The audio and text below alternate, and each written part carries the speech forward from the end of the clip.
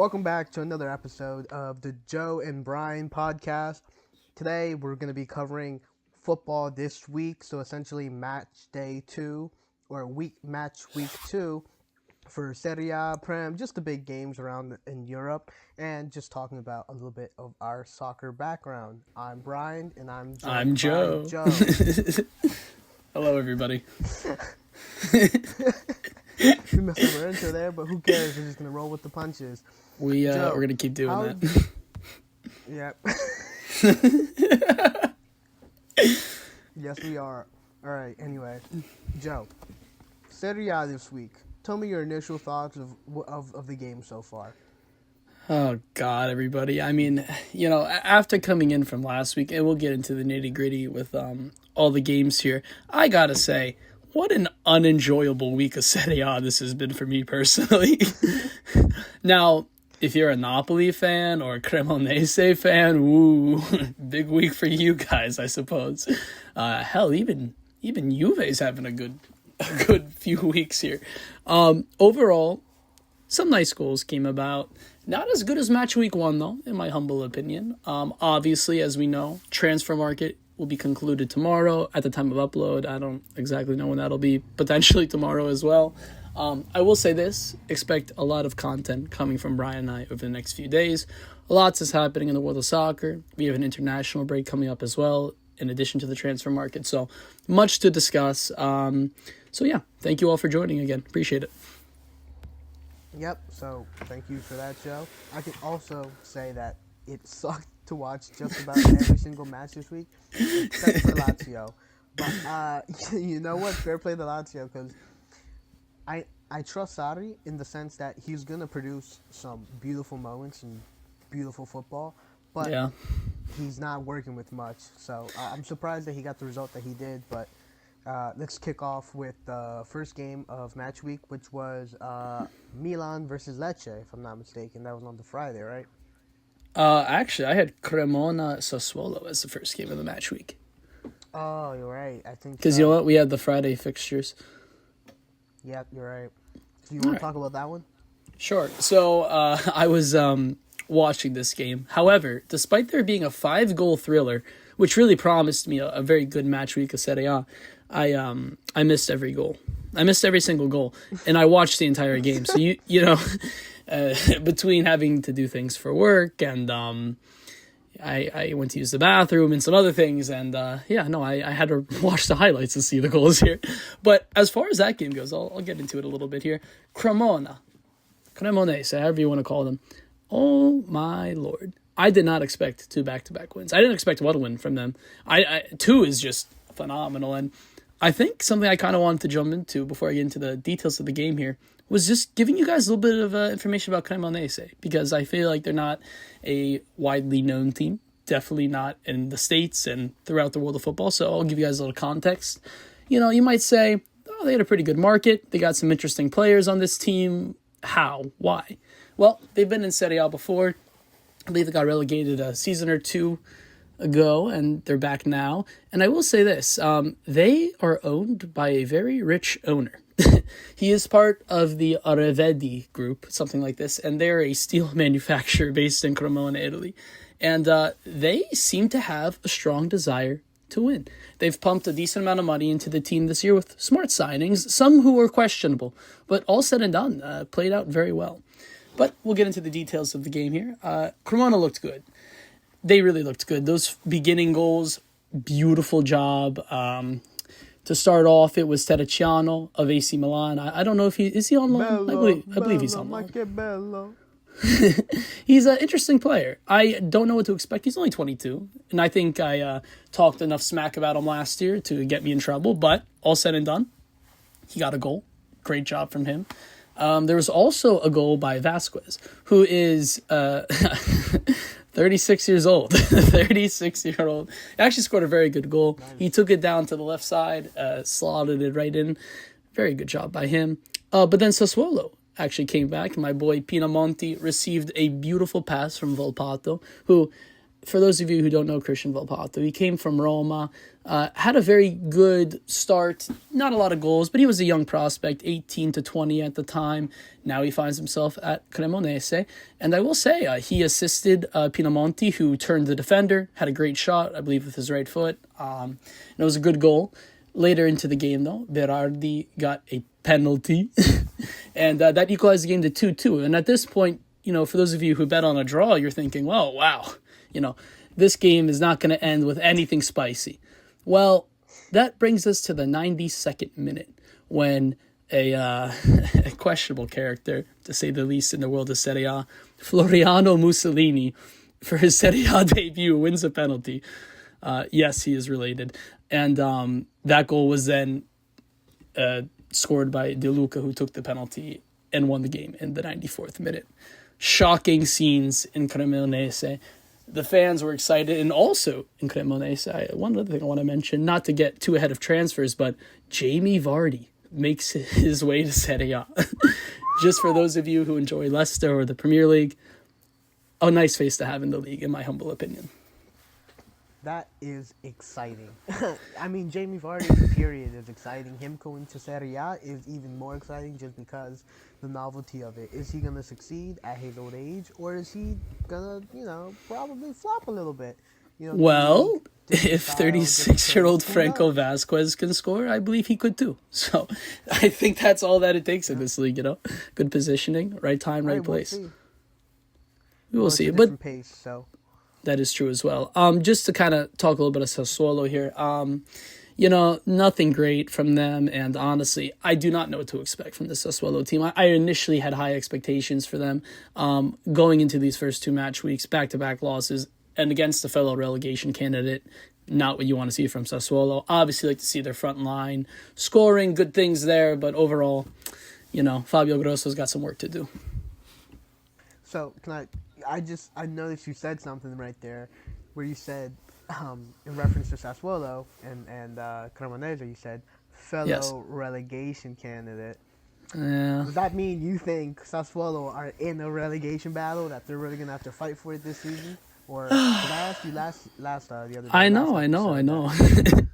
You're right. And honestly, I hate making these predictions before, the 11th hour of the transfer market closes, of course. But that being said, I am not convinced. I mean, the squad looks good on Sassuolo, and there's just a lot of question marks. Doesn't mean they can't get a good run of games in and get the points that they need, but I think just starting off the season, it's just unfortunate, I still believe they'll slightly survive just because they have a good system and just kind of how the club operates. They're very healthy. So that being said, I don't think they'll be relegated, but they are definitely a candidate for relegation. They're definitely part of that bottom five, And there's some other teams we'll get into later in the week, later into the match week that are probably better candidates for relegation. But that'll come with time. But I will say, Davide Nicola, once again, give him his flowers. I mean, this man is a relegation specialist, but now he's playing some beautiful football. I don't know if I'd call it beautiful, but he's getting the results, and that's more important than beautiful football in my eyes. Whatever. My team can't even get results. Well, speaking of beautiful football Lecce, apparently. versus results, yeah, I mean, honestly, that's a great transition there. Speaking of ugly football but good results, I think there's no better time to mention Allegri, Milan, and Lecce. Brian, I didn't see this game, so I'll leave it to you to speak. Oof. I mean, if you just look at stats at a very superficial level, you're going to say, Milan played well. And I guess, because they got a win, they won 2-0, but it was not very convincing. I mean, the game started off with a header from Gavia, who scored. I mean, Gavia, of all people, is leading the line and getting his name on the score sheet first. Unfortunately, by some bullshit call by VAR, I don't know why they took away this goal, because Gabia or someone pushed another player in the box. But it wasn't even like a blatant or flagrant push. It was like natural jostling in the box because, what do you do in the box, in the corner? You fight for room. And what I saw looked perfectly legal to me. I'm not a referee though. I'm not an expert on the books and the No, you are a fan of Hart though, so that entitles you to an opinion. to me, I tell you, that was a goal. Shouldn't even thought twice about it. But apparently the league hates us, and we aren't paying the refs enough. So something we gotta change for next season. Something gotta give. But Well, I mean, eventually, oh, we go sorry, ahead. No. continue. No, no, no, no, no. I'll let you finish up on this Milan thing. I was about to get sidetracked. So the game did end 2-0 with Milan winning and beating Lecce, but the goals came from Loftus Cheek and Pulisic. The whole game, the whole game was nervy until Loftus Cheek won the header. It was a phenomenal header, I'll give him that. It was well placed, fell into the corner and beat the keeper. Great. And I think the assist came from Modric. And the game from there was just shaky. Like, I mean, Milan had more possession, and it looked like they were supposed to win, but the second goal was not coming, and every time Lecce just looked a little stronger with possession, especially towards the second half. But thankfully, Captain America himself came off the bench, quickly dispatched the second goal to calm the game down, and so Milan had their 2-0 win. Santi Jimenez didn't look bad. I think he Oh, scored technically two goals, but they were both offside, or there was something wrong with the build-up in the build-up. So he didn't look terrible. He didn't look great. Oh, I'm remembering now. He scored one where he was offside, shocker. And the second one, he had a great opportunity and he just dragged it wide. He was onside. A more clinical striker puts that away, and that shows he's not quite there. But striker's a hard position. I think it's one of the hardest in the whole team. That and sure. goalkeeper. High pressure. You gotta midfield too. Actually, they're all hard. What the fuck am I Yeah, talking about? But that's a fair point too. but Santi Jimenez, if we give him more opportunities, which I know it's like that's asking for a lot, he might be able to convert a few of them and actually get a good goal tally. I just don't see that being very bountiful in the Allegri system. I don't see him ever really getting these chances. If these chances come, they're gonna come to Leao when he's fully fit. They're not gonna go to Santi Jimenez. Santi Jimenez has got to make do with what he's got right now, and he's currently not, which means he's not good enough. I love the guy. I really do love him, and I would like for him to Well, stay and actually flourish. But he's just right now not at the level that we need to really be competing for top four, in my opinion. well, there's a few things I wanted to ask you and tell you as well. As far as Jimenez goes, for you Milan fans, not to just dive too deeply into the transfer market here, but don't get too attached. There is rumors of a swap deal happening with a certain striker from Roma, to say the least. So we'll see if he's here for match week 3. Just to touch on that. Now, also, because I didn't watch this game, I want to get your opinion. How did you feel about Estupinian today? If Stupinian made some big mistakes again. He was a little careless with possession, but as the game got on, he did I settle into the game better, and he did perform a little better. He wasn't great, but it was okay. It was good enough. I was surprised he didn't bring on Alex Jimenez to finish off the game, but if I'm not mistaken, Alex Jimenez was just loaned out, so it makes sense Oh, why they didn't where play did him he go? anymore. I can't remember. I took note of it really quick. And I was like, "What? He got loaned out?" I was kind of upset by that. Well, But I will yeah, say he got today loaned out. Milan made a lot of moves in the market, which we will talk about at a later date. But yeah, Yeah, this Milan team, Milan. Mi- oh sorry, Milan signed Nkunku, and they signed Rabiot. I don't. I want a striker. I think most Milan teams want a striker. But well with this you're gonna get Allegri one, so don't worry. this 3-5-2-1 with the two cams where I like Salamakers it. played today, I don't hate it's it. not bad. No, it's not bad, and it makes sense why he got Nkunku to be there to play off the striker or the other cam. Sure. He was playing Loftus Cheek there. It makes sense why he Yeah. eventually got a goal, but he wasn't playing phenomenally in that position. What's his face? I just said his name. The French Rabiot. Rabiot. He's coming in. I guess just extra legs in the midfield, especially since Yassari is not going to be playing for the next few months. But let's hope that Milan, really get everything clicking and into like first gear, or I guess like fourth gear, and really start getting results confidently and comfortably. But Here's for my now, general take I on guess Milan. just to give you a little insight, as an Allegri enthusiast to a small degree, not a fan, definitely not a supporter, but as someone who understands what he's going for and a casual enjoyer of what he does, this is the quintessential Allegri win. And I think with Milan playing once a week or so, this is more of what you could expect. You're going to struggle throughout the game. That's okay. But with some experience and some time, I think you'll come to see that Allegri really has the ability to find these goals, even if it seems shocking and surprising, and even if they come late. I think you're going to see a calm Milan. I think you're going to see some defensive solidity coming in soon. Obviously, with some new signings and just general adaptation. But one thing I did want to say is he didn't sub out any of the defenders, and he kept the midfield mostly intact, except for the attacking quarter. But when you're down a goal, it makes total sense that you'd bring in these kinds of players.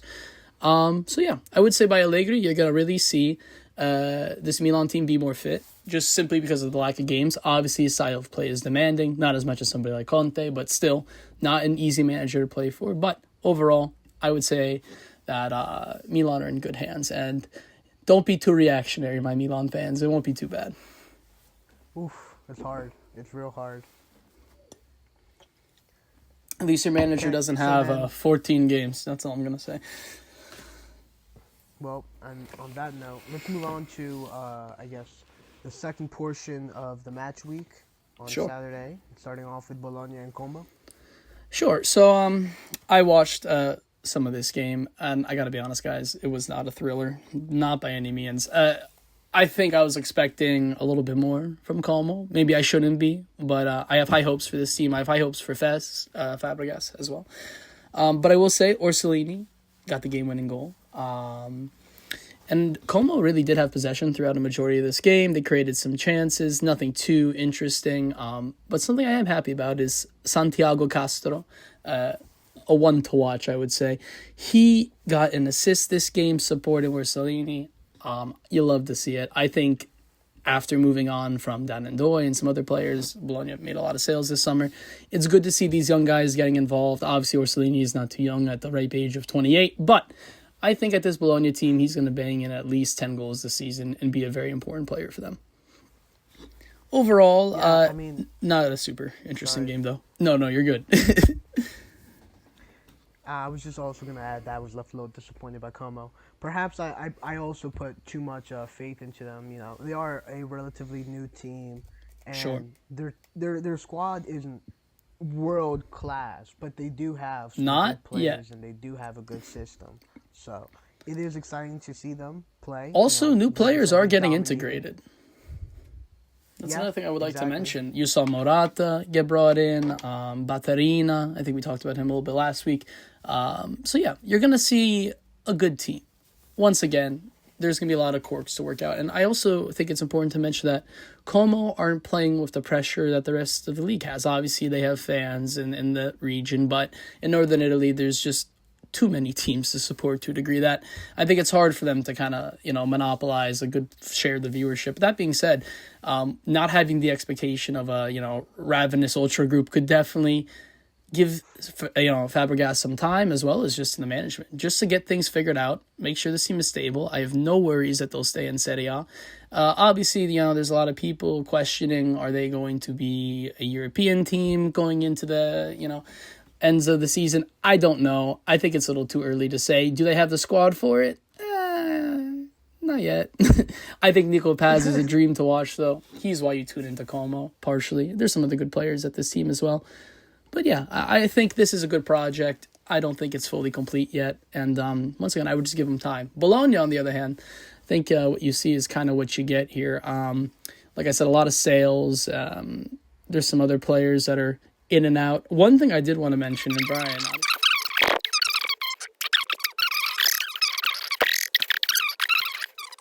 Atalanta and Parma, if you saw anything on it. If not, we could just kind of give a cursory view of the game. Yeah, I was just briefly watching it. I'll be honest, I was getting my oil change in the internet at the Toyota Center, so I was just getting a little bit of here and there. And Atalanta did not impress. I mean, they did, but they didn't. The game ended 1-1.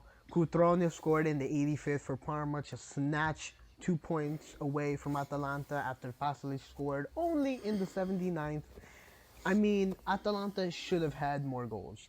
It just like this game should have ended 3-1 maybe. I mean, Parma didn't impress me, but they managed to steal the some points regardless. And Serie A is always difficult. Serie If A is difficult. Atalanta really want to be a top team, which they're proving time after time that they can be, but on a more consistent basis, we need to see them. That we need to see that killer instinct. We need to see them put these games away.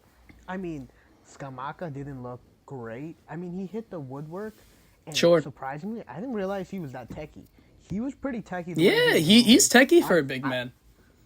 I thought he was just like chest, control, pass, and then like get in the box, head it, finish it, whatever. But he was techie, and I understand why Atalanta kind of want him because he fits in that little triangle up there with the Ketteler and Maldini, just very techie guys. Zawiski, whatever. Zalewski, yeah. Nicola Mr. Plus Valenza. Zalewski, yeah.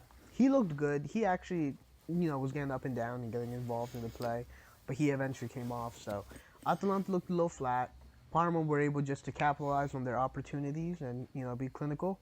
But I think that the manager at Atalanta just has to do better and really have to coach their players to be more clinical and precise when they're presented with these opportunities. Because in Serie A, there are not that many opportunities. As we say, I want to ask you about this. Ivan Juric, the results are not coming from him yet. He's had a troubled career as far as managing goes. Some good, some bad. Do you think Atalanta give him the time he needs to become a great coach? Or do you believe that he could be the first one to get the sack this season? Well, Gasparini was at Atalanta for like 8 years. You know what Sure, I mean? sure. Building And they gave a him big time. Project.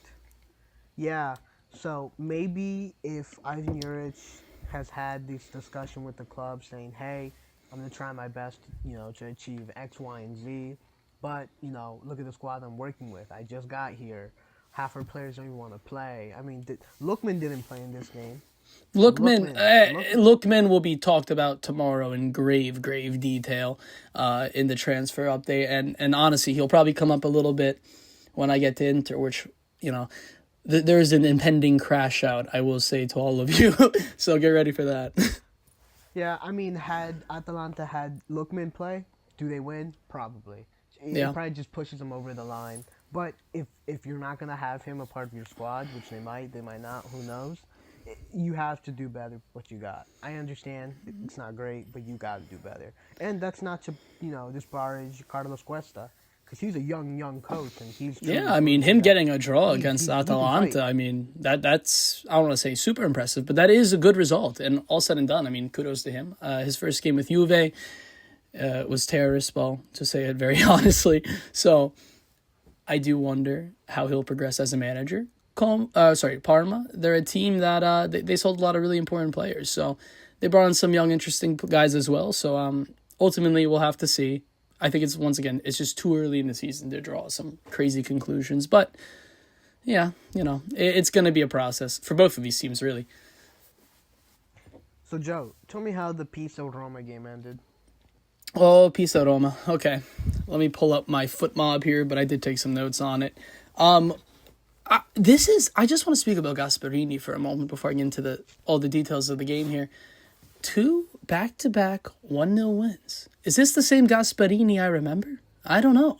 I didn't expect this from him. Obviously, you could maybe assume that against Lecce or something like this, you can expect a few more goals coming in the way of Roma. But the defensive solidity, I think, is very admirable. I think Gasparini has had a tendency to kind of leave his teams, outscore the opponent, right? And I think we're now starting to see something a little different. Also, maybe the identity of Roma. They're not a team that typically creates too much, but I will say this. Sule, oh, what a player. And shame on Juve. Shame on Juve for letting him go. Honestly, you could say this, and once again, transfer market, we'll talk about it. Dean Huijsen, another example. Juve just letting go of all these players, and look at someone like Sule, where even if he doesn't score, he creates so much. He's so important to their build-up and how they play. great things. But Dybala played a great ball to Ferguson. Ferguson finds Soulé. Soulé shoots. He scores. Game's only goal there. You love to see it. Great young player. There was more goals in this game, to be fair, but it didn't totally come across that way. So one thing you hope for is to see more of that coming in the future. But once again, new manager, new everything. Definitely there is bright spots for Roma. Okay, solid. All right. I would have also expected more from Gasparini, but I am giving him the benefit of the doubt. That is, Sure. the same benefit of the doubt I have to give to all of these managers who are coming into new teams, developing new systems, and Of figuring out course. what profiles they like. You gotta give everyone time. It's not fair for me to be like, Gasparini's not hitting, but then I give the pass to Ivan Juric. It's just like I gotta play both sides. But No, and I feel the 1-0 win exact for same way. Roma. Soulé dominating, or I guess proving to be the man. Ferguson with the assist, so You'll love to some see that too. domestic success. You'll love to see that too. I think Ferguson's other- going to be a great talent for them. The other Scottish, right? He's Scottish, so it's him, McTominay, and Billy Gilmore. Are those the Scots in the league? Dan Doy too, I believe, is also Scottish from Sassuolo. Really? Yeah. No, he's Scottish. Pretty sure. You're lying. No, you're lying to me. Dan is Scottish. That's crazy. Nah, Jamie. look Oh, that sorry, up. I totally lied. It's Josh Doig. It's not Dan and Doig. I totally lied when I said that, but he is a Scot. Okay, My apologies, everybody. all right. but, so yeah. Roma Pisa ended 1-0. The other 1-0 of that, I guess, match week sorry guys. The other team that ended 1-0 on that Saturday was Napoli Cagliari. Wow, did Conte do it? Wow. This What a is going to be a dickhead. theme of the Just- season. It's going to be these shitty games where, Napoli should score. I mean, they had Scott McTominay doing bicycle kicks in the box. I think he tried like 2 or 3 of them. It was absolutely ridiculous. Napoli wanted a goal, and arguably they deserved one, but Cagliari, give them some credit. They defended so well up until, what minute was it? 95th. Buongiorno, their left-footed center back, sends in a low cross just to give Zambukisa a chance to win. And the win came. Napoli have a champion's mentality. And I think Conte is part of that. You look at a team that won the Scudetto with a squad that did not deserve to win the Scudetto. And now they reinforced with capable young players and some experience as well. I mean, wow. Obviously, no goal for Luka just quite yet with Lukaku's injury. You hope that something comes his way. But wow, everybody, campioni. It's gonna happen. Unfortunately, I'm not excited about it. But to dismantle Conte, to dismantle his teams, to stop him from having a title race is damn near impossible. So, this is just my initial impressions. Obviously, my mind could change, but just coming off of this thus far, I think we have... He started Juan Jesus. How is this man still playing? Hey, Juan Jesus is in my fantasy team. Watch your mouth. Oh, He my... got a yellow Oh, card, my. He did. So did De Bruyne, but he is by no means a bum. Give him his Verona flowers. Also did not get me enough points. So one other of- thing I want to mention before we get on to the next game here, and I definitely didn't say this prematurely, but Brian, did you see that photo I sent you earlier? Absolutely. I mean, I got a little bit further in the game too. Round, beautiful cheeks on my screen. I think that's our video opener right there. We Oh, got nice. here. Who is this? Who did it? Chiellini. Who pantsed him though? This is what I'm trying. Ain't it? I can't Luka, tell. ain't it? I get number 20 something. Whoever this Pretty was. sure that's Luka. 27, That big- yep, that big yep. Guido. Luca, he said, I'm taking this man down to the ground. And he took his pants right with him. Oh my. This is where the name Serie A gets its from. I mean, come on, everybody. What are we doing? I mean, if you're not watching the league for the, thrilling, riveting football that the top teams love to provide you, it's because of the side content. And this is why we tune in, to see Eddie Mina's big, beautiful bum. Love it. injected into my veins. All right. Napoli are gonna win the league. They're gonna win it Yeah. again. Yeah. Spinazzola looked great that game. He He cooked. did. He Spinazzola's did. back to full fitness. He recovered from that ACL, no problem. De Bruyne Oh, looks lit. Love that. Luca was kind of cool. I mean, for a huge guy because he's like massive. he's also like He was Skamaka, pretty very agile. technical. He's very technical. He's Yeah, still I relatively was quick like, too. Not a bad player by any means, and I think he just needs some time to settle into this Conte system. And I think the goals are going to start flying his way. I have to be honest. yep, Conte is going to be dangerous, and the only thing that's going to stop him is Champions League. Just I God, can't and wait. have enough death. I can't wait for Europe. It's gonna be a fun time. And honestly, That'll be I fun. think we could talk about this either maybe later this episode or in the following weeks. But Champions League draw happens, so we'll get to that I guess a little bit later on. Yep. Exciting draws, but also some headaches. I'm already stressed out. Some people aren't. We'll see. All right. Sure. The next game. Sorry. Did you say something? No. I was about to segue just like you did.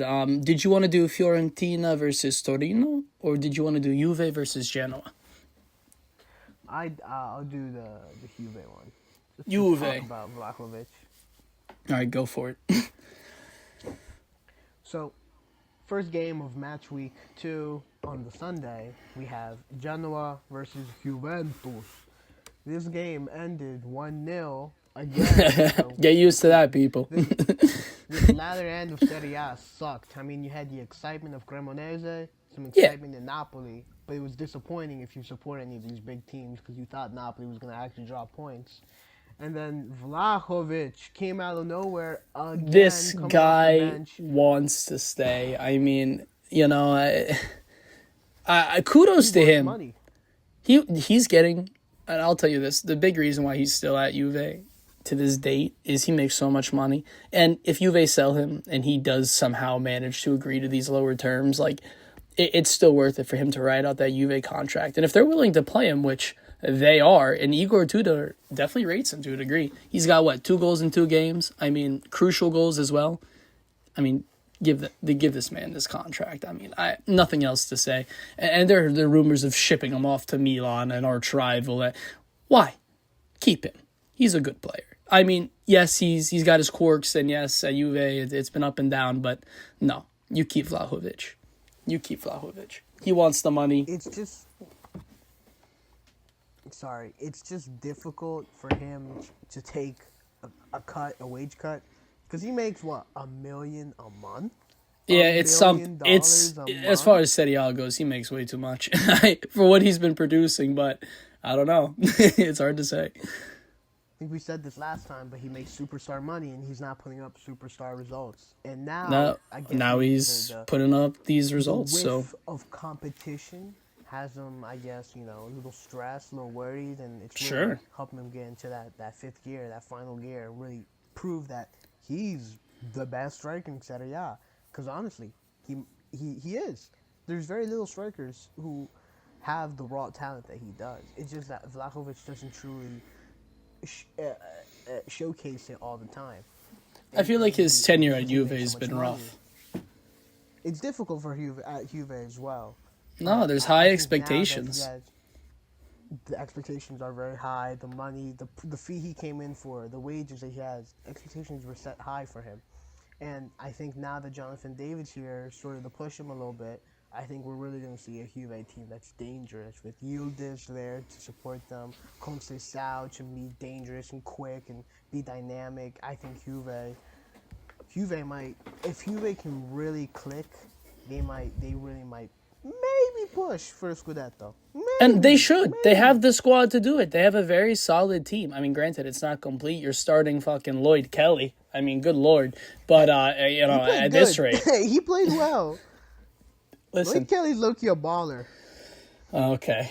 We'll come and mark those words at a later date. But that being said, Juve has great potential. I think at the current moment, they're the only real title race contenders to Napoli. And, they also have Europe. So we'll see how that all trickles out. But wow. Congrats to Juve with their 1-0 win. That's all I have to say. There you go, Juve. Clap it up. Take your flowers, because I don't want to give them, but you deserve to take them. Take them. It's rare that I'm going to give them. And you know what? Next match week, we have a Derby d'Italia.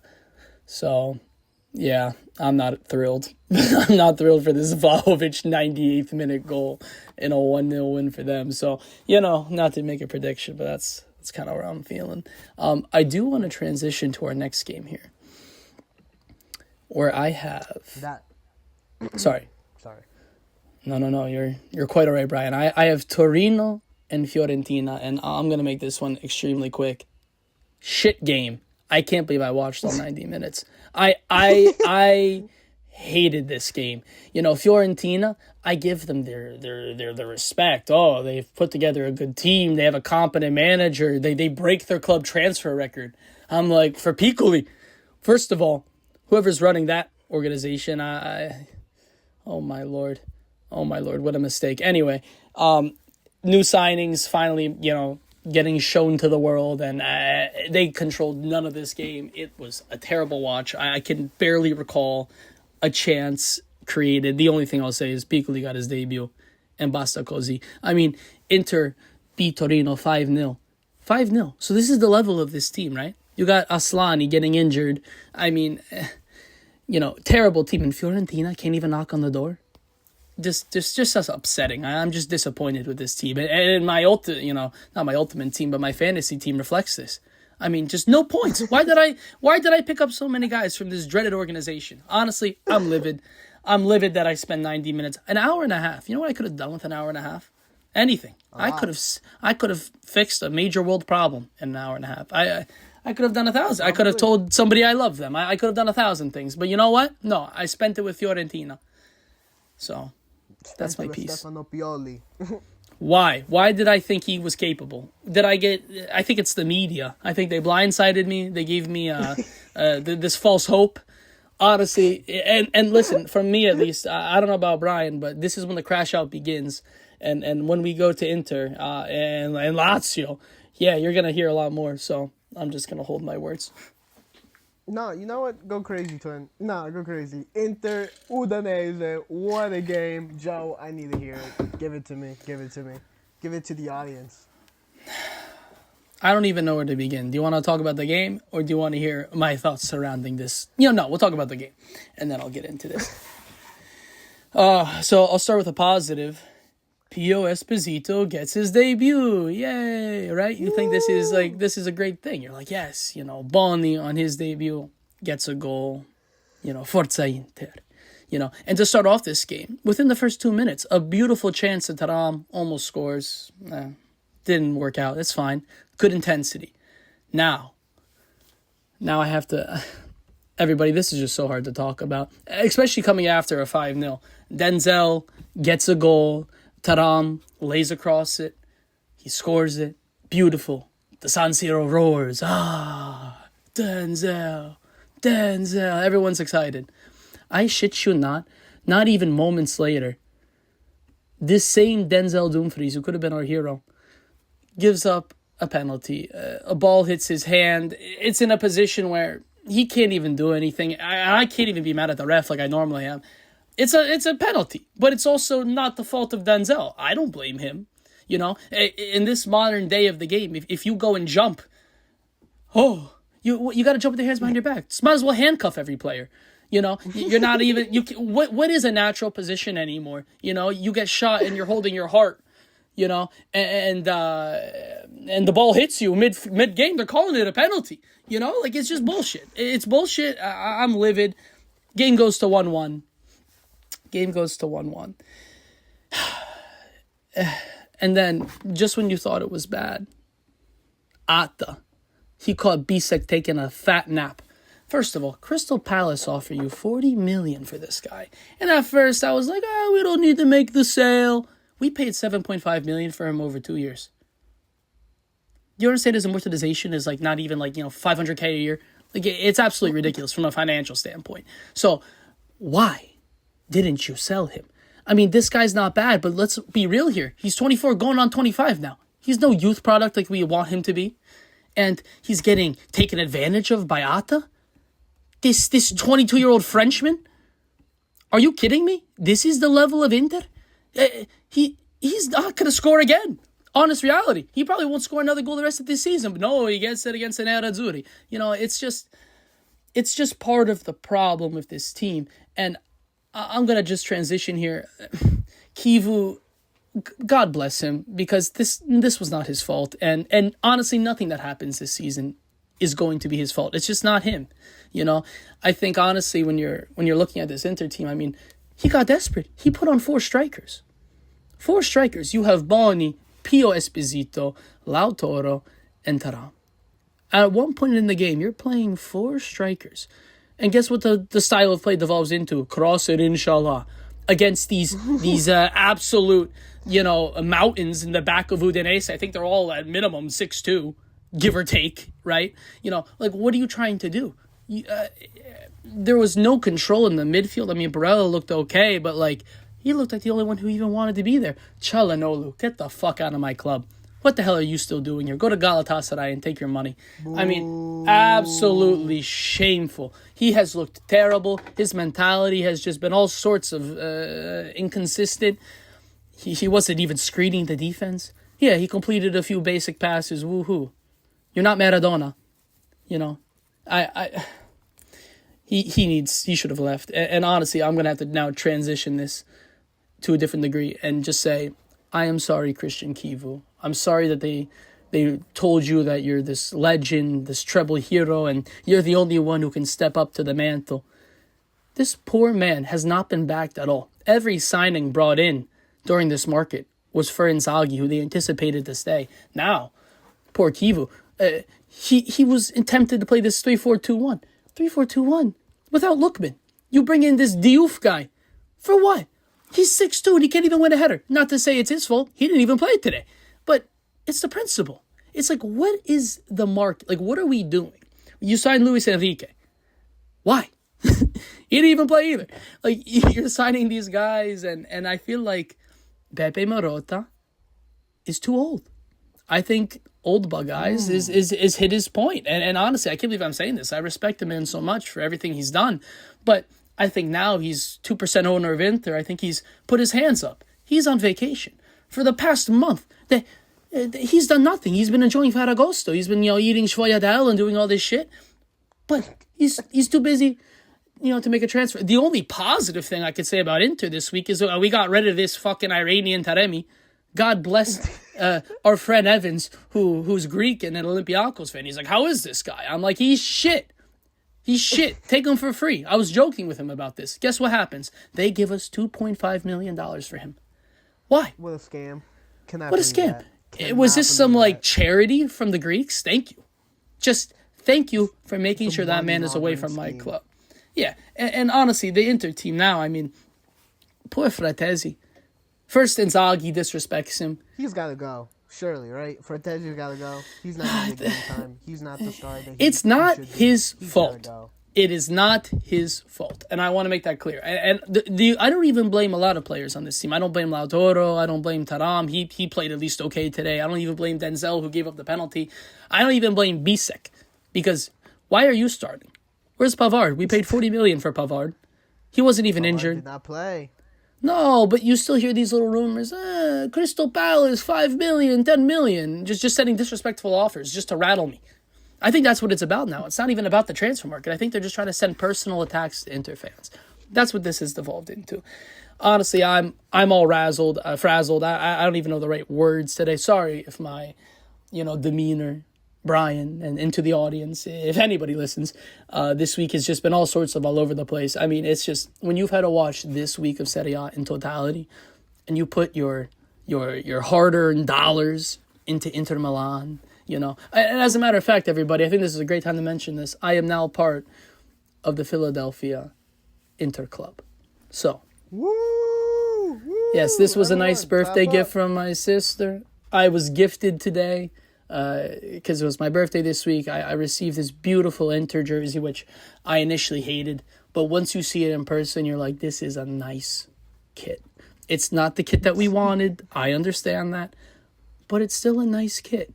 That being said, it's just shameful. It's shameful, and I don't blame Kivu. He did great with that 5-0. And this poor man, I had the audacity to watch the post-match press conference. He's taking all the blame. It's my fault. It's my fault. Why are you so self-hating? It's not your fault that they put you into this position. It's just not your fault. And I'm just sad I had to watch this. You know what? The only joy of this game was my father's friend Lee, great guy. He's from Sicily. His name's not even Lee, but we just call him that. He comes over. He's like, "Oh, Giuseppe, how's the game?" I'm like, "This game?" I go and leave the room to go make him an espresso and some brisket, which I spent 18 hours cooking yesterday. And I go and I hear goal. I run into the other room thinking Inter have equalized. And DiMarco scored. I'm like, "Oh, DiMarco. Grande DiMarco, finally." They take it away. Offside. Offside. Oh, okay. No goal. Nothing came. Inter got desperate. They did the best they could. Nothing in it. I'm not going to be so reactionary to say the season's going to be a disaster, but I think if you expect anything more than top four with this team, you're asking for too much. I don't know. Maybe Europe could be good. Maybe it won't be. Maybe you shouldn't even think about Europe. Maybe you should just bow out peacefully. You know, we have to go to Kazakhstan to play on the border of China midweek. And we're probably going to have to play Lecce on Saturday. I don't want to play Lecce on Saturday. It's rainy over there in Lecce, even though it's like a hot spot of the sun. It just always seems to rain when you go to Lecce, and you know they don't take care of that field. I'm done. I'm done. Yeah. To Brian, Lazio, Verona. I do. That helped. Thank you. Thank you. All right. We'll close off the match week in Serie A with Lazio and Hellas Verona. Lazio with a dominating display. I mean, truly, if you are Hellas Verona, you need to have a conversation about what the future of this team looks like. Because Lazio... Send them down. Send them down. I'm over them. It looks like it because Lazio ended the game with 4 goals. One starting off with Guendouzi with just a beautifully placed ball. The defense was all over the place. The ball was cut back. Actually, no, it wasn't. It fell to Guendouzi, and he just, with his left foot, just placed it into the bottom corner. Zaccagni followed up with a beautiful goal. Great assist from Castellanos. Castellanos had a phenomenal game. Give this man a statue outside the Estadio Olimpico. I mean, two assists and a goal. Incredible. And he didn't even win man of the match according to football. They give it to Rovella.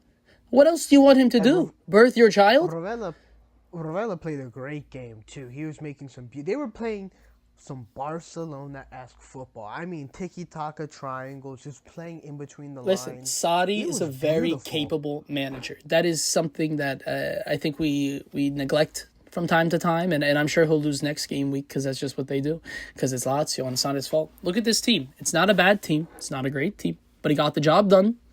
Unlike some other teams this week who couldn't get the job done, you know? So I give respect to Lazio. Good job. Good job all around. Cancelleri, love this player. I hope he develops more. He had a good game as well. Yeah, I just want to finish off with this just by saying that this is also, I think, their first win in the Stadio Olimpico in probably like 4 months, something crazy. Yeah, these guys hate playing at home. They just could not win in the last season, the latter half. But finally, they got their act together, and they finally got a result at the Stadio Olimpico. And not a bad one either. A phenomenal win, a statement win. Hopefully, Lazio, I guess not hopefully for anyone who supports another team in Serie A, but if you're a Lazio fan, this is very promising, and it's a bright spot considering, you know, their situation with the transfer embargo. So hopefully, you guys, if you're a Lazio fan, it continues. Just to bring up one more thing, Brian, we Brian and I studied abroad in Italy, and we had the opportunity to see some beautiful Serie A games during our time there. We saw, I believe, 2 Lazio games, can I call correctly?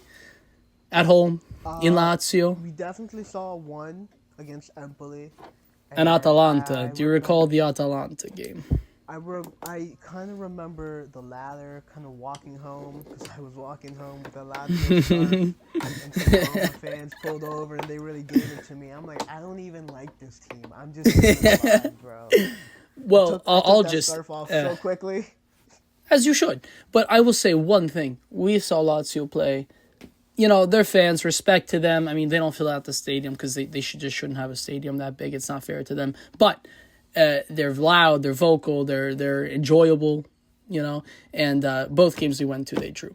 Against the Empoli team, 2-2. I remember this. Lazio had 2 goals up. And we're not even talking about, this was 2 or 3 years ago, mind you, people. But I think it still needs to be brought up. Lazio do not win at home. It just doesn't happen. I don't know what it is. This stadio is cursed.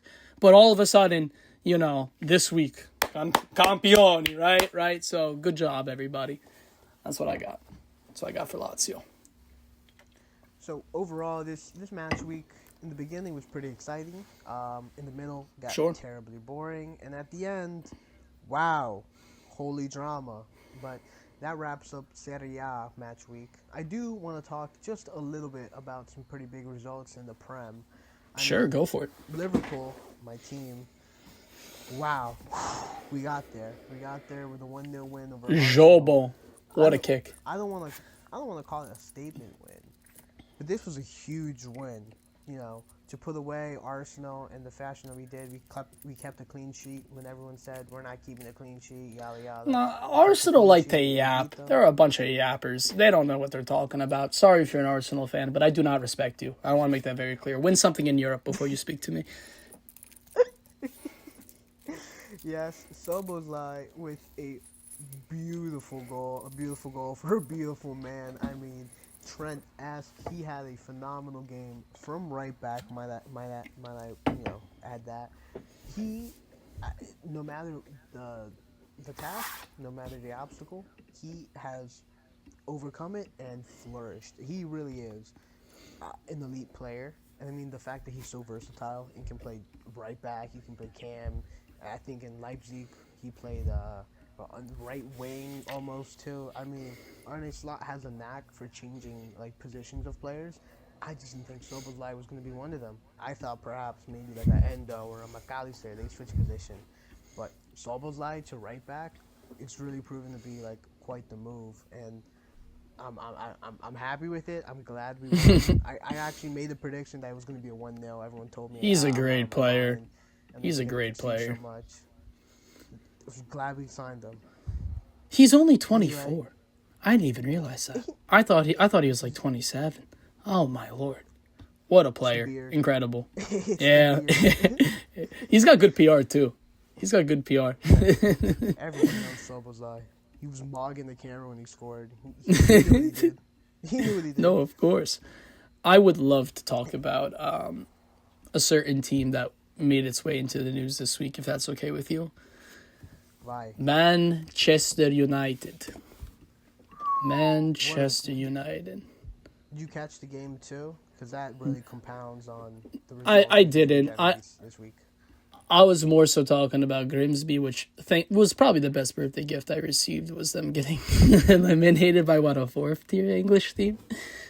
And I never was a big supporter of this man. I'm by no means a United fan. But one thing I want to say is I heard his post-match press conference, and I'm sure we all saw the memes of him scrambling on his tactical board, dropping pieces, just doesn't even know what's happening. I felt bad for the human of Almiron. Listen to the way he spoke. He goes, I don't know what's happening. I don't know what to do. He just sounds so scared and lost, and I think they need to hire a good psychiatrist to that team, a good therapist. I think something needs to happen from the mental health department of this organization. What tactics could you even talk about? It's not about tactics. There's just a mentality, and maybe it's the players, maybe it's the fans, maybe it's the owners, maybe it's all three, but it's not the manager. It's not the manager. That's it. That's all I can say. It was a scrappy performance against Burnley as well. I mean, against Grimsby, the problem was these teams, the players just weren't putting in the effort. I mean, when you're a top team and you have top players, creme de la creme players, you need to be willing to put in that 110% effort, because that's what the margins really are in the game of football, is that you have the quality to go into that 110%, prove that you really are the best of the best, and none of these players were doing that. They were giving maybe 80%. I mean, when Man United let Grimsby score, what they do? They scored immediately after. They scored immediately after going down. These guys literally work part-time at the factory. Hello? Come on. We make the joke and say, he's a plumber. No, this guy is a plumber. Like, there is no beating around the bush. These guys are hardworking people. And the one guy, he goes, I'm a United fan. I'm upset. And he won the game. God bless him. He was like, you guys gotta do better. Like, you let us beat you? Like, us? Really? I gotta be honest, guys. Anyway. Today's set of reactions have been nothing but never mind the tactics of the game. I'm just getting very reactionary. I blame Inter for getting me on this cascade, but United, wake up, wake up. That's it. It's the lack of professionalism at the club, and the manager's been trying to assert that. I mean, look, he sent out players who were just not willing to put in that effort, like Rashford and Sancho. They were immediately exiled. You will not play for his club because you will not put in the effort that's required. And I support that completely because there's like a disease at this club, and Almrum's doing his best to try to rid it, but it looks like it's rooted pretty deeply. I mean, Xerxes looked pretty bright. I'll give him that. Xerxes looked pretty bright. I did like that. He came off the bench and he was getting involved in creating opportunities. So I was happy to see him do pretty good. He was good to watch at Bologna. They need help. And honestly, I think it's at the point of divine intervention for them. I think it's going to take something holy to save this United team. In the Prem, I just want to talk really quickly. Grealish is a baller. Another Sunderland masterclass was Isidore coming off the bench and scoring, proving that he might be truly a Prem quality striker. Chelsea have a mid-defense, but somehow managed to win every game and keep a clean sheet. I still understand how they're winning with such mid-center-backs. They don't have any world-class center-backs, but they're just getting by. And then finally, I just want to talk about Man City taking Milan's best player, Ryan. Grazie Dio. To Brighton. Like, why? I just don't understand. I just don't understand. Like, if you're not using him correctly, just give him back. Because Milan would gladly take him back. He would slot in anywhere in this team. I don't care. We'll make it work. I can't stand the fact that he has to wear a Man City jersey. It just boils my blood. Did you see what Fabian Hutzler was wearing at the game today? I did not catch. I don't normally pay attention to what. No, neither did I. But thankfully, somebody on Twitter pointed this out to me. He dressed up like Chairman Mao of Communist China. I'll pull up a side-by-side because I think the viewers need to see this. This man's in a grayed-out suit. Not even a suit. It's like a baggy T-shirt and, khaki pants. What are you doing? Granted, you're beating Pep, who's already tore out all of his hair. Do you remember the game last year? I can't remember the exact result, but he goes, I literally want to die. He said something like this, like very, very morbid. This is who's beating you, the chairman of Albion or whatever, so, yeah. Okay, great. You know what? I'm glad you told me that. Yep, you'll see it in the edits. Anything else you want to talk about in these competitions? Yeah, one last crazy take. I think Iraola might be top 3 managers in the world. Okay. I think it goes Arne Slot, Maresca, Iraola, Conte, and Xabi Alonso. I think those are the top 5 managers in the world right now. I will disagree, but I'm not going to provide an alternative, so I'll let you take this. we can have a further discussion on top managers in the world at the moment at a later time. But I think that Iraola, what he's doing with his Bournemouth team, even losing key players and still getting big results, is huge. Great for him, and truly he might be one of the best tacticians in the league with what so little he has to work with. Like Maresca, great tactician, Pep disciple, but look at that squad. All kinds of talent, lots of depth. Not surprised. Same thing with Arne. He's got great players, some depth. Conte, it's Conte. I don't have to do anything more. He's just a winner. But Give Conte what he wants, and he will win whatever he wants to win. That's the Conte. Simple. So simple. You can't say that about a lot of managers. You could spoil them. You can give them more than they ask, and they will not get your results. Conte will. Pep. Give me Rangers back. Anyway. Let's hope they keep tanking and we can have a nice, fun conversation about Mr. Guardiola. Anyway, that's everything from me. That's everything from this match week because I don't want to talk about that little sore pain in my ass that is that Barcelona draw. But, we'll move on from it. No, that's totally fine. One thing I do want to ask is, are you ready to check fantasy? Oh, that is... Yeah, let's go for it. Oh, my God. I didn't check fantasy. All right. I need to know. I need to know how bad it was because Moise... Sure. Oh, I got rid of Moise. Thank God I got rid of Moise. Yeah, no, finally That's this where I see week, that bad everybody, we could talk to you all about fantasy. Last week, I stopped the recording accidentally. Now I have a whole new setup where my phone is currently balancing very thinly on a speaker so I could see it recording. So let me give you my starting 11 because I didn't get to do it last week. I'll tell you roughly what I changed and the situation of points. I am deploying a 3-4-3. At left center back, I have Lagumi, who got pants today. He did not provide many points, but he did provide a 2.6 points, so thank you. In center back, I have Ranieri. He got 17 points for me. The clean sheet held out there. And we also have Gosens, who also got 16.10 points. I have Mayan, Big Mike, as my keeper. He got me 20 points. You love to see that from him. Fabregas is my manager. He was -2. Not great there. Nico Paz, unlike last week, did not provide me many points, only 7.2. McTominay, who was captain, did not do so hot either. With the captain bonus, he only got me 16. Kone, Inter should have signed him. I'm going to save that for the transfer episode. But he provided 14 points. He played great. Valentin Carboni, only 3.6 points. He didn't do nothing against Juve, so there is that. Up top, I got Santiago Castro, who got me 10 points. I believe he got the assist.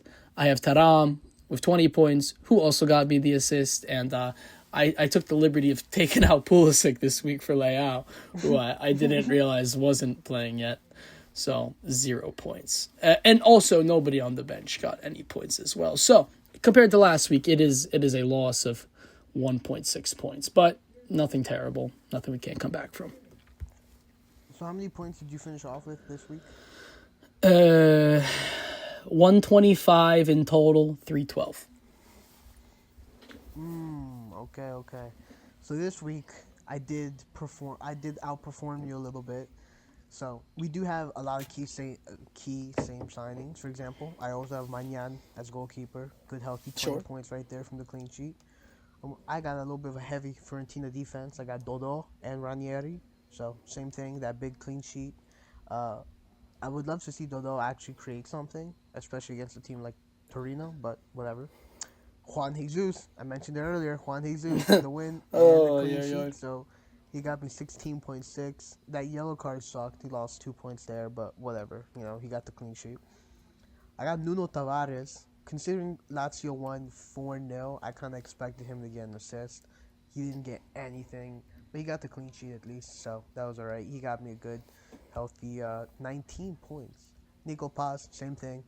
Put him in this week, expecting that Como would cook. Failed me. Fabregas also stole 2 points from me. De Bruyne, I don't know. I was kind of counting on him cooking against Cagliari. Didn't happen.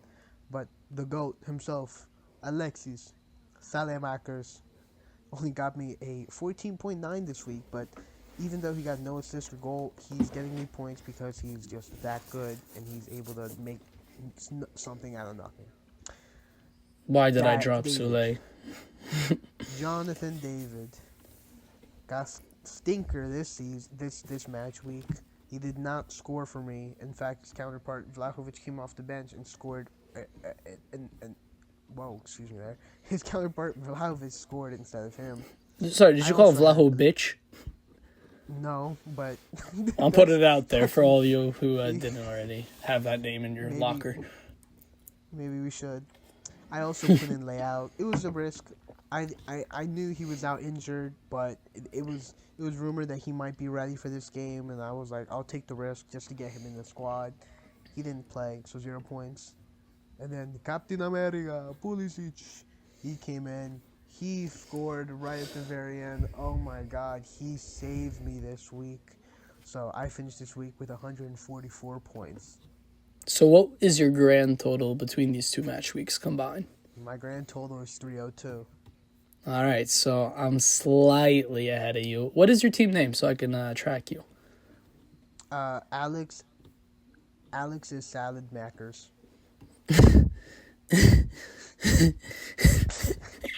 And you want to guess what my team is for Prem? What it's called? Yeah, tell me. Tell me. Alex is my Cali star. All right. Thank you, Brian. Thank you for sharing that with with our dedicated listeners. Is there any other segments that you wanted to bring up this week? I know you're interested in kind of giving everybody our little background about how we got into football and why we are here now doing a podcast. Well, really, I just wanted to let people know, our perspective about football. Just, obviously Joe's an Inter fan, I'm a Milan fan, but as I mentioned, I keep very close tabs with other leagues, especially the Premier League, because I'm a very large not Milan. I am a Milan supporter, but I'm a Liverpool supporter. I do watch every Liverpool game, and if I can't catch it live, I'll stay off the internet until I can watch a replay of it. But I just want to, I guess break down the hierarchy, because when people find out you support multiple teams, they're like, well, this guy's a bandwagon. Sure, you're decreasing aura. It's true. Yeah, so let me explain it to you this way. Without Messi, I don't get into football. Messi's that, whoa, who's this guy? Oh, okay, this guy's pretty good. And then you start tuning in a little bit here and there, watching some clips, and then you get into the sport. Truly, I got into the sport watching KSI, just videos. Like, oh, what's his game? FIFA? All right, that seems kind of cool, I guess. He seems to have fun playing it. Maybe I'll have fun playing it. And then next thing you know, I'm playing the Ultimate Team. I'm opening gold packs, and you know who I'm packing? I'm packing 75 rated Jordan Henderson and 75 rated Joe Allen from Liverpool at the time. And next thing you know, I'm a Liverpool supporter. And this was when they were shit. So I don't want to hear it. This is like the year just when they finished second, and then they had a good big tumble and started finishing in like 7th and 8th for a few years. So I kind of just thought they were like a mid team at first, and I was like, that's whatever. It's my team. I rock with them. But it's been a pleasure to see the club grow to resounding levels, to levels I'd never really expected.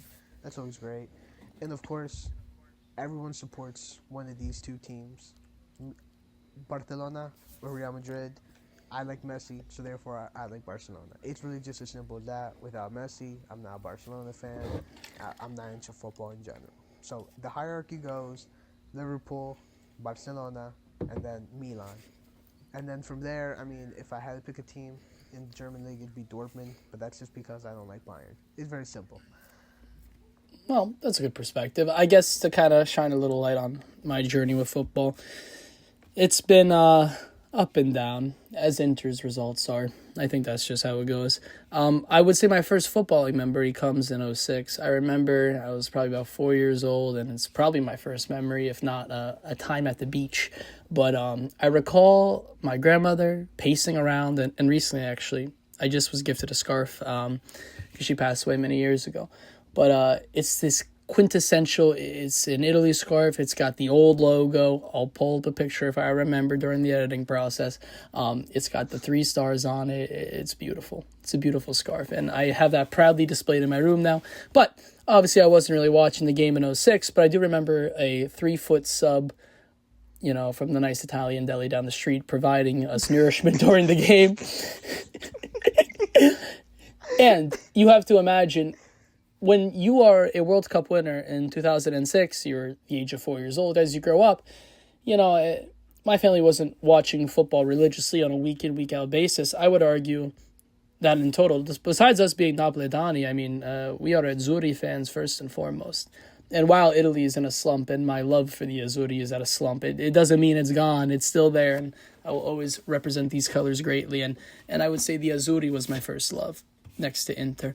And a few years down the road, I started becoming more aware of the world around me, and it wasn't just about the subs, it was about the games too. I started tuning into every Azzurri game, and I remember 2010, I remember 2014. I mean, I saw some pretty funny moments. I remember Chiellini getting bit by Suarez. Oh, my Lord. But the problem is, being a young Azzurri fan, our time for World Cups has been rough, you know. The Euro win is, in my memory, the greatest memory I have of the Azzurri, because I barely remember the 2006 and every other, international competition, besides the 2012 with Conte, was very disappointing. So to get into club football was very relieving for me, because I always just assumed, I didn't realize, I guess, the amount of layers and details that went into it. So there was a learning process, and I think, as Brian said, I also got into FIFA to a degree. I did it later than you, that being said, and I got an ESPN Plus subscription. I remember they like, oh, you want to watch Serie A? We're going to make it easy for you. It's like $4.99 a month or whatever. And I was like, oh, cool. So I asked my cousin. He gave me the login. He's like, you could be a Napoli fan like the rest of us. I'm like, it doesn't call to me. And don't get me wrong, Napoli wasn't too bad at this time. But it wasn't for me. I liked a lot of the players. I respected the city, as I still do now. And, even a few seasons ago when Napoli won the Scudetto, I was there. I was there celebrating in the streets, not because I wanted Napoli to win the Scudetto, but I was just happy for the city, because it is where my family comes from. But I fell into Inter, the black and blue. I was never a big black and blue guy. I actually always liked red and black. But the colors, the players, it was really Icardi. I mean, I can't believe I'm saying that now. But I really liked him. I remember I started watching towards the end of Spalletti's tenure at Inter, and it's been a very interesting journey. I kind of, not to say I was a bandwagoner, but I kind of picked a good time, I'm sure if I was cognizant of football in the greater scheme of club level in 2010, I would have been very excited by everything that happened in that year. But as time has gone on, I mean, honestly, I've never thought of another club being my team. It's been Inter. There's been so many players. I mean, I love Barella and Bastoni. To me, they represent, I think, something that's lacking in Italian football. Taking these young guys who are coming off these teams and giving them the opportunity to express themselves. And I two of my favorite players in the game these days. I mean, obviously, you can probably compare a better midfielder. You could probably find me a better center back. But I love what they do. And them playing together is a beautiful thing to watch for Azzurri, for Inter. And I think even selecting Inter, a very important thing to me was, when picking a team, is I want my team to have Italian internationals on it. When I was very young, Juve had all the internationals. I remember I went to Italy, and I was speaking to my uncle Zio Tullio, and he goes to me, and he says, Giuseppe, what team do you like? I'm like, I don't know. I like Juve, I like Napoli, I don't really know. And then he made me sit down. Yeah, it was rough, right? And I didn't know what Juve was. I didn't know anything about them. I just knew they had Pirlo. And he goes, we're going to watch a Juve game.